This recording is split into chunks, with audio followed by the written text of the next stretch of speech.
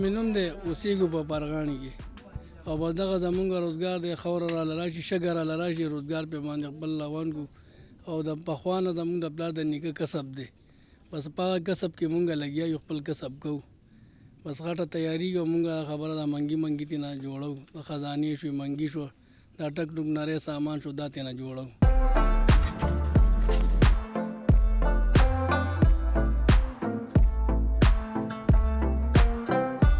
روزګار دی چې کوو یې، نور مخه شته دی نه، ګراني ښه ډېره ده. دغه د خټ دغه دوکانونه دي، پل دوکانونه دي او دغه تاوه په دغې جوړو.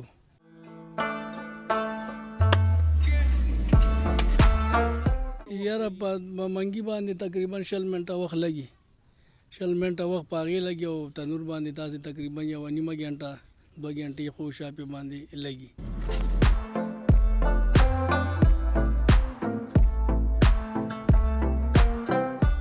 جوړېږي هم دغه دوکان په پل باندې جوړېږي. بس خپې ما دغه دی، بس په خپل دوکان تاوه بس جوړو یې. نور ته د بجلی سیسټم هم نه دی، د هغه سیسټم نه دی، د خپلو پخپو سمې خو چلې بیا چې پخپو جال سمې نه نو هم بیا ولاړېږي که نه. بس دا روزګار دی کوو، نور څه پکې شته دی نه.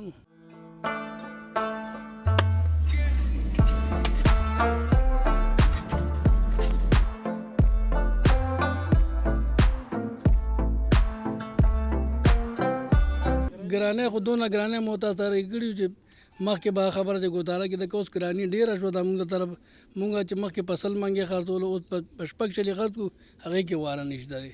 نو ګراني ښه ډېره. خاوره مخکې به چې راتله په 3000 روپۍ راتله، اوس راله په 6000 روپۍ راځي.